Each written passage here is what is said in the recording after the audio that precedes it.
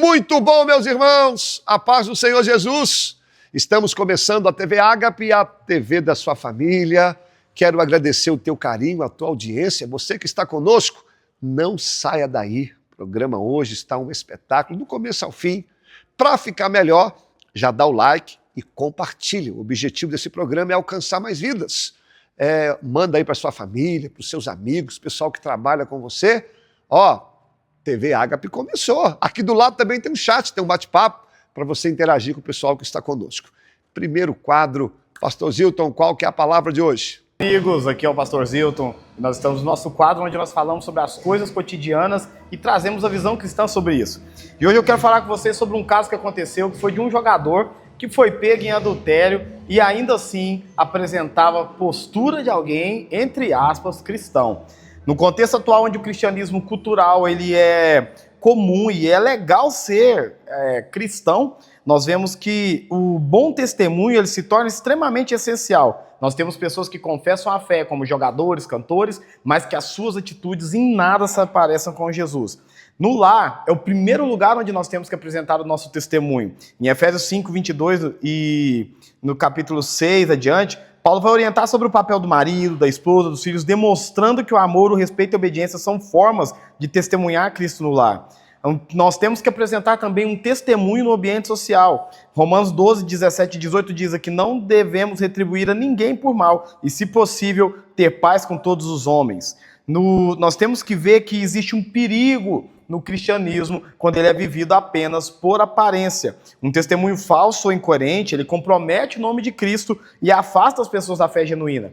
É por isso que temos tantos irmãos feridos com o cristianismo, porque são pessoas que se dizem cristãs, mas em nada apresentam uma vida coerente. Em tempos de cristianismo cultural, meus irmãos, o bom testemunho é o maior diferencial do verdadeiro cristão e do discípulo de Cristo. Não basta dizer que é cristão, é preciso viver como alguém que é.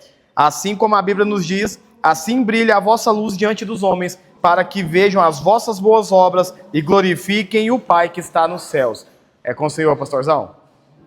Valeu, pastorzão Zilton! A palavra dele é espetacular. Meus irmãos, conferir a agenda da igreja, né? Para você saber tudo que vai acontecer, ficar antenado. Eu quero ver você aqui. Pessoal, eu quero passar a agenda da igreja para você conferir e saber tudo que está acontecendo na igreja. Então vamos lá. Segunda-feira, nós temos o culto de oração a partir das 19h30. É o culto onde a gente ora como igreja e quero você aqui com a gente. Toda terça e quinta nós temos culto nos lares. Nós temos uma equipe aqui muito boa, muito bem preparada para levar o evangelho até a sua casa. Quando você quiser um culto na sua casa ou na casa de alguém, nos procure que a gente agenda. Quarta-feira, culto da vitória. Esse culto é maravilhoso. Nós damos uma oportunidade para os pregadores e pregadoras da casa, que por sinal são excelentes. Nesse culto também tem um momento onde nós levantamos um clamor pelas causas impossíveis. Sexta-feira, culto da palavra. Nós, toda sexta-feira, eu, na maioria das vezes, compartilho aqui com você um estudo sobre um capítulo da Bíblia ou sobre um personagem. É um culto para aquele que gosta da palavra, aquele que quer aprender um pouquinho mais. Na quinta-feira, nós estamos aqui, né, na TV Ágape às 21 horas. No sábado, nós temos o culto dos adolescentes, às 17 horas, onde nós ensinamos os nossos filhos desde cedo o caminho da igreja, como cultuar ao Senhor. E ainda no sábado, às 19h30, nós temos o culto dos jovens, o culto da mocidade, se reúne aqui todo sábado, faz uma festa, um grande culto ao Senhor. No domingo, nós temos às 9 horas a nossa EBD, a nossa escola bíblica, é onde nós separamos um tempo maior para o aprendizado do Evangelho, para você que gosta de Bíblia mesmo, todo domingo às 9 horas. E no domingo também nós fazemos a classe do batismo, para aqueles que querem batizar, tem uma classe à parte. Domingo à noite, 19 horas, é o culto da família, onde nós nos reunimos aqui, vem muita gente. Nós apresentamos a nossa semana no altar de Deus, nós consagramos a nossa semana. Nós temos também um programa de rádio, às 14 horas na Rádio Cultura FM, para você que mora aqui em Patrocínio, 104,9. E você que quer assistir pela internet é www.culturafmptc. E uma última coisa, nós temos aqui na igreja também vários ministérios, ministério de adolescente, das crianças, intercessão, mas eu quero falar de um especial, é o projeto social, para você que gosta de trabalhar nessa área. Tem uma equipe aqui que ajuda com alimentos, na época do frio junta as roupas, enfim, você que gosta também desse trabalho, vem aqui participar com a gente. Essa é a agenda da igreja, venha ajudar conosco. Estamos quase chegando ao fim. Quero parabenizar mais uma vez os irmãos que desceram as águas. Não esqueça de dar o like e nem de compartilhar. Vamos alcançar mais vidas. Tem agora o quadro muito especial, a Adria, sempre com uma palavra diretamente do trono de Deus para nós. Qual que é a mensagem de hoje, Adria? Olá, meus amigos, cumprimento vocês com a paz do Senhor. Mais uma vez aqui numa série de estudos sobre os encontros com Jesus. Hoje nós vamos falar sobre uma das minhas passagens, assim, particularmente favoritas ali dos evangelhos, que é o chamado de Mateus, o chamado de Levi. Essa passagem, ela é tão importante que ela encontra-se em Mateus, Marcos e Lucas.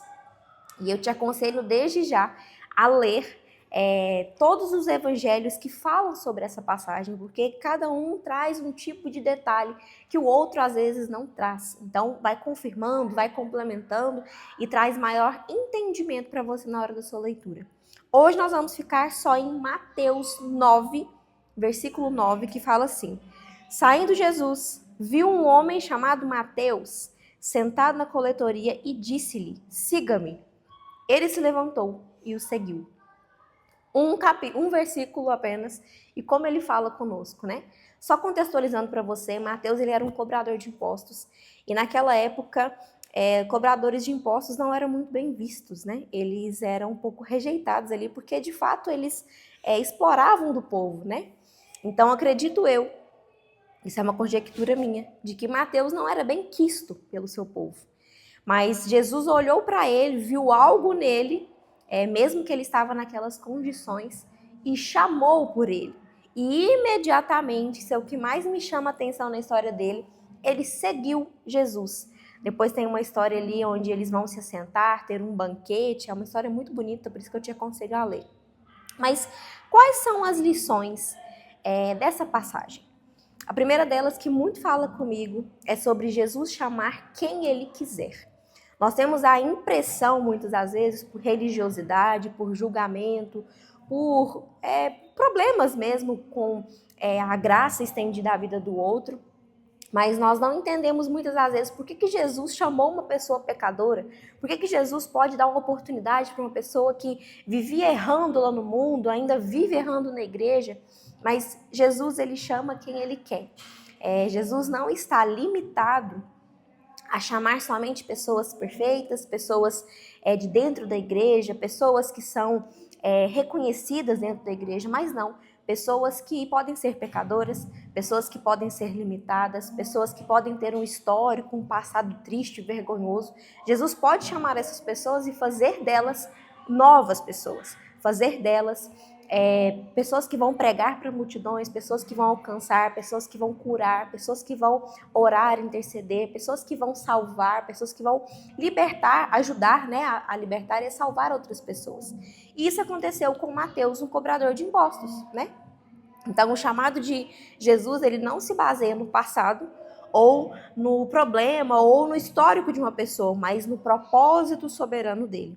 Eu te pergunto, de onde Jesus te tirou? De onde Jesus te chamou?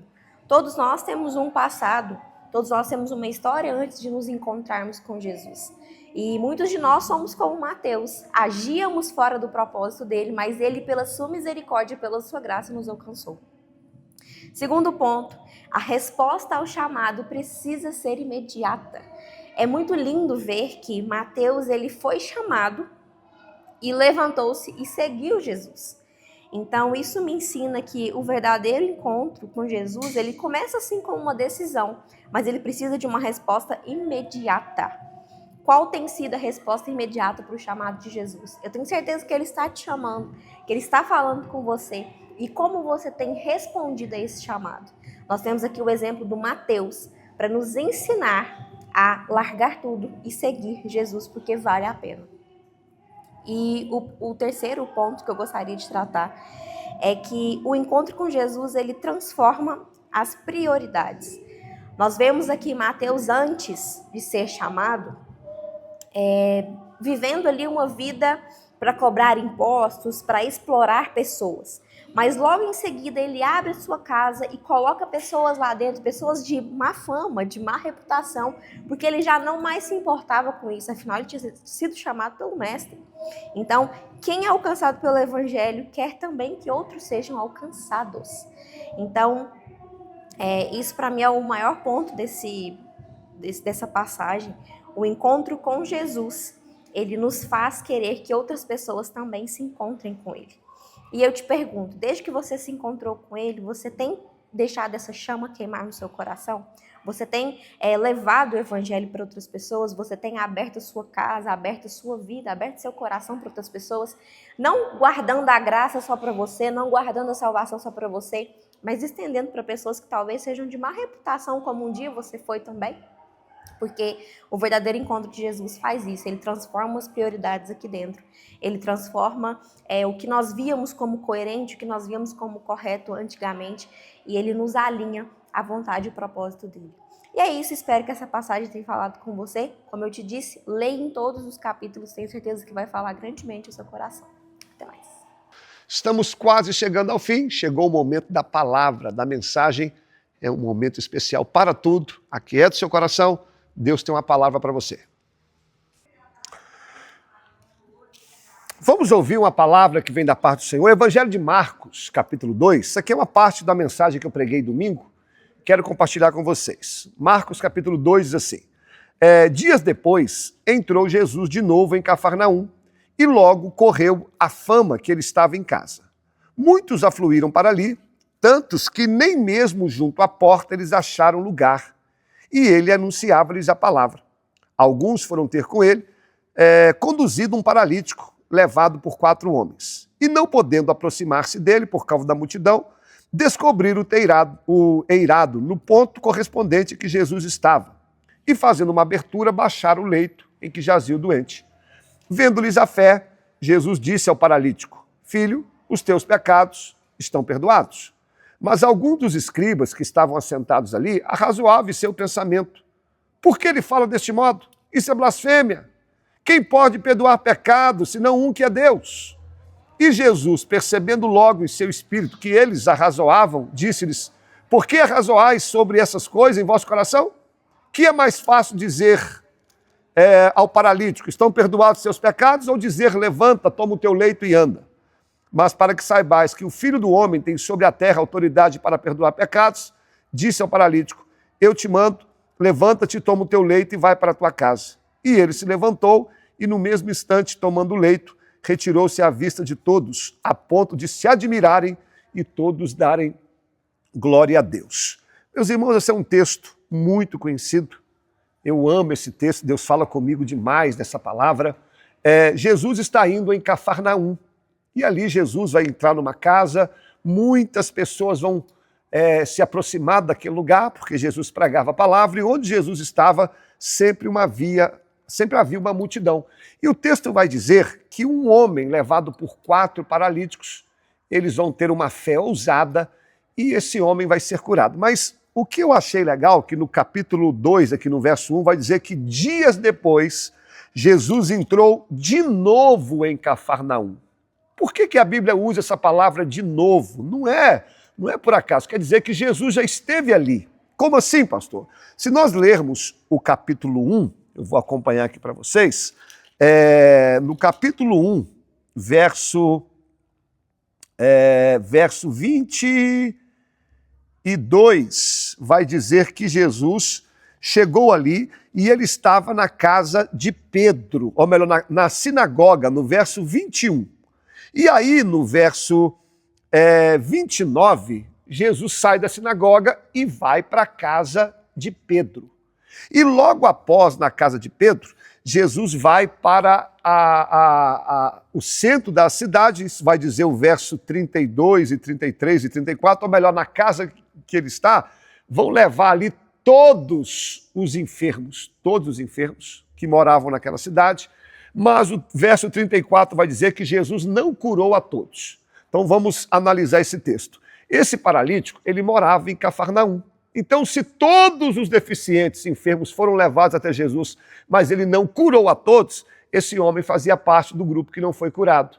Ou seja, ele já tinha ido até Jesus com uma expectativa, achando que Jesus ia curar, mas ele voltou de lá frustrado.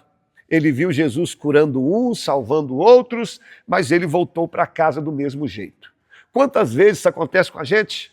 Nós temos um problema, nós temos uma crise e alguém fala para nós, Jesus pode fazer, Jesus vai mudar essa história, Jesus vai transformar a sua vida.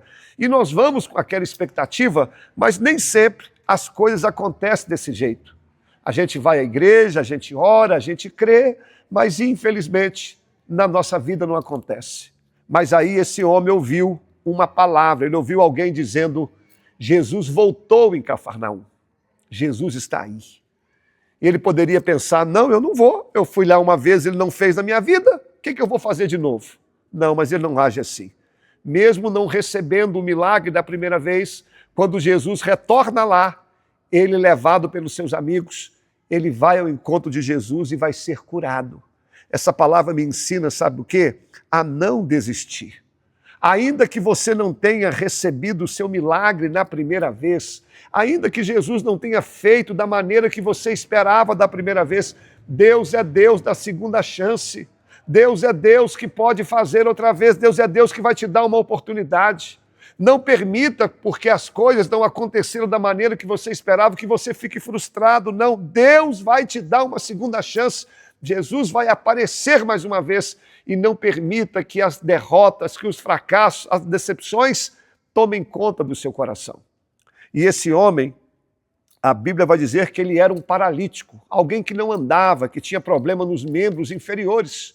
Como que esse homem poderia chegar até Jesus? Talvez esse homem tivesse orado, Senhor, me faça andar. Mas Jesus não fez isso. Jesus colocou na vida dele 4 amigos, 4 pessoas que o levaram até Cristo. Por quê, pastor? Porque quando Deus quer nos abençoar, Deus nos dá coisas. Deus nos dá casa, nos dá emprego, nos dá carro. Né? Mas quando Deus quer mudar a nossa vida, aí ele coloca pessoas na nossa história. Pastor, melhora? Melhoro. Deus vai colocar alguém na sua vida.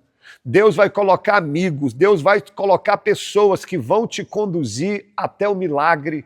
Deus vai colocar pessoas certas na tua vida que vão estender a mão, que vão ser agentes dele para que você receba o milagre que você tem orado e que você tem buscado. Amigo de verdade é amigo que te leva para perto de Cristo. Amigo de verdade é aquele que te leva para perto de Deus. Então eu vou ser mais ousado aqui. A partir desse dia, quando você está ouvindo essa mensagem, Deus vai tirar pessoas erradas da tua vida. Não se assuste se daqui para frente Deus começar a tirar algumas pessoas que até frequentam a sua casa, pessoas que você tinha uma estima, mas Deus vai tirar pessoas erradas e Deus vai colocar pessoas certas, porque onde Deus vai te levar, o que Deus vai fazer, não é todo mundo que está preparado. Então recebe aí, Deus vai colocar pessoas certas na sua história. E a Bíblia diz que esses homens levaram o paralítico até Jesus. Você sabe que conduzir alguém não é fácil. Esses homens tiveram que fazer um esforço enorme, colocaram ele numa maca, que era 2 pedaços de madeira com um pedaço de pano no meio. Quando eles vão até a casa, a Bíblia faz questão de dizer que a casa está lotada, não tem lugar na porta, não tem lugar na janela. Aqueles homens poderiam pensar até em retroceder. Poxa, não deu, não dá, a gente até tentou, mas eles não fazem isso. A porta estava fechada, a janela não tinha lugar, mas a Bíblia diz que eles foram pelo telhado, porque a casa, naquela época, havia uma escada na lateral e eles descobriram o telhado e desceram o paralítico. Isso mexe muito comigo, porque uma fé triunfante é uma fé que não me deixa retroceder. É uma fé que me faz ir mais adiante. É uma fé que me faz sempre ver uma saída.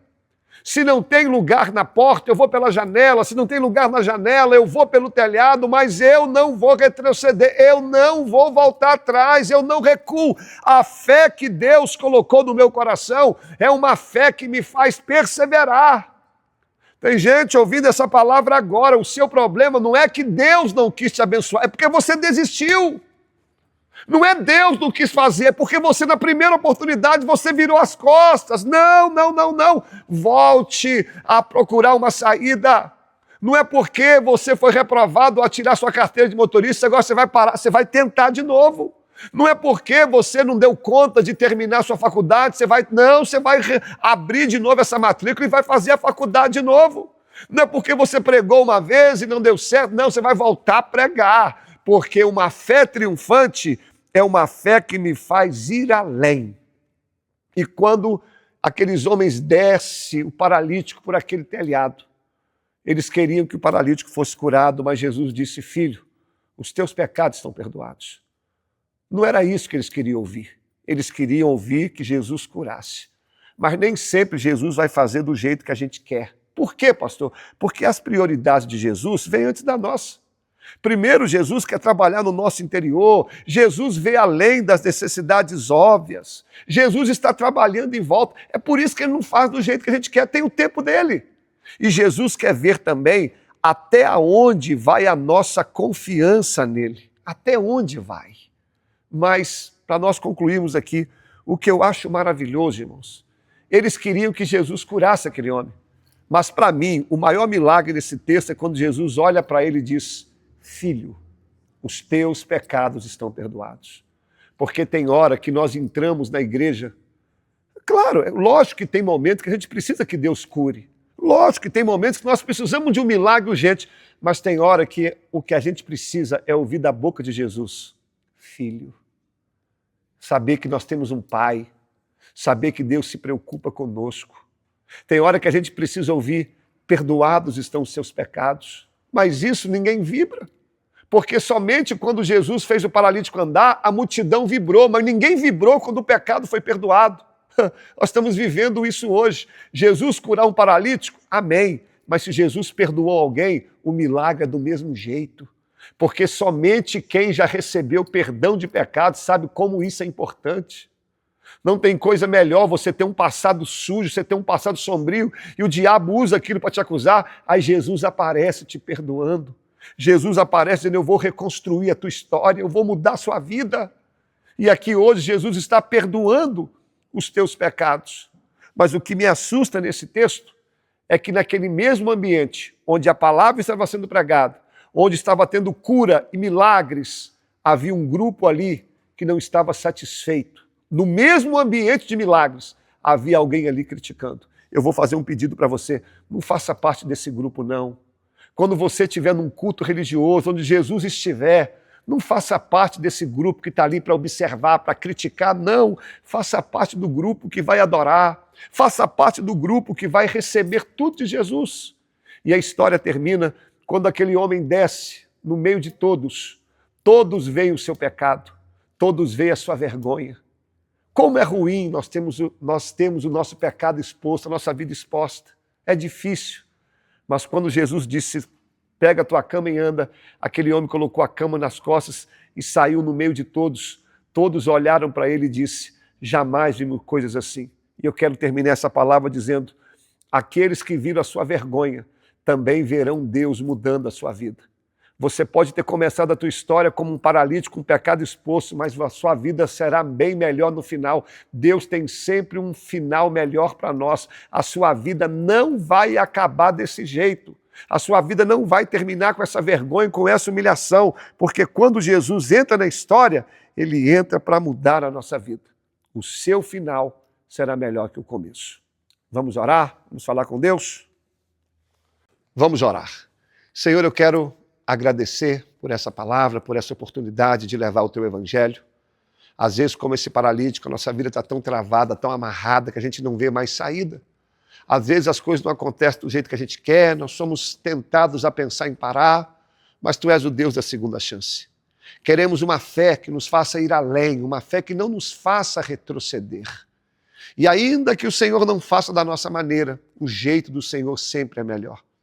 E como é bom ouvir da boca do Senhor: filho, os teus pecados estão perdoados. Ainda que muitos não entendam, ainda que muitos acham que isso não é importante, só quem ouviu isso da tua boca sabe o quanto isso é importante. Senhor, esse pai de família que está desempregado, essa mãe que está orando pelo filho, essa família que está em crise, que o Senhor venha trazer a paz. Essa pessoa que está afastada dos teus evangelhos, que eles possam reconhecer que tu és o único caminho e reconciliar contigo. Eu quero declarar toda a sorte de bênçãos espirituais sobre o teu povo, em nome de Jesus. Amém. Assim a gente encerra o nosso programa. Muito obrigado pela sua audiência, pela sua participação. Não esqueça de dar o like nem de compartilhar. Permitindo Deus, estaremos aqui semana que vem. Um abraço, Pai do Senhor, com Deus.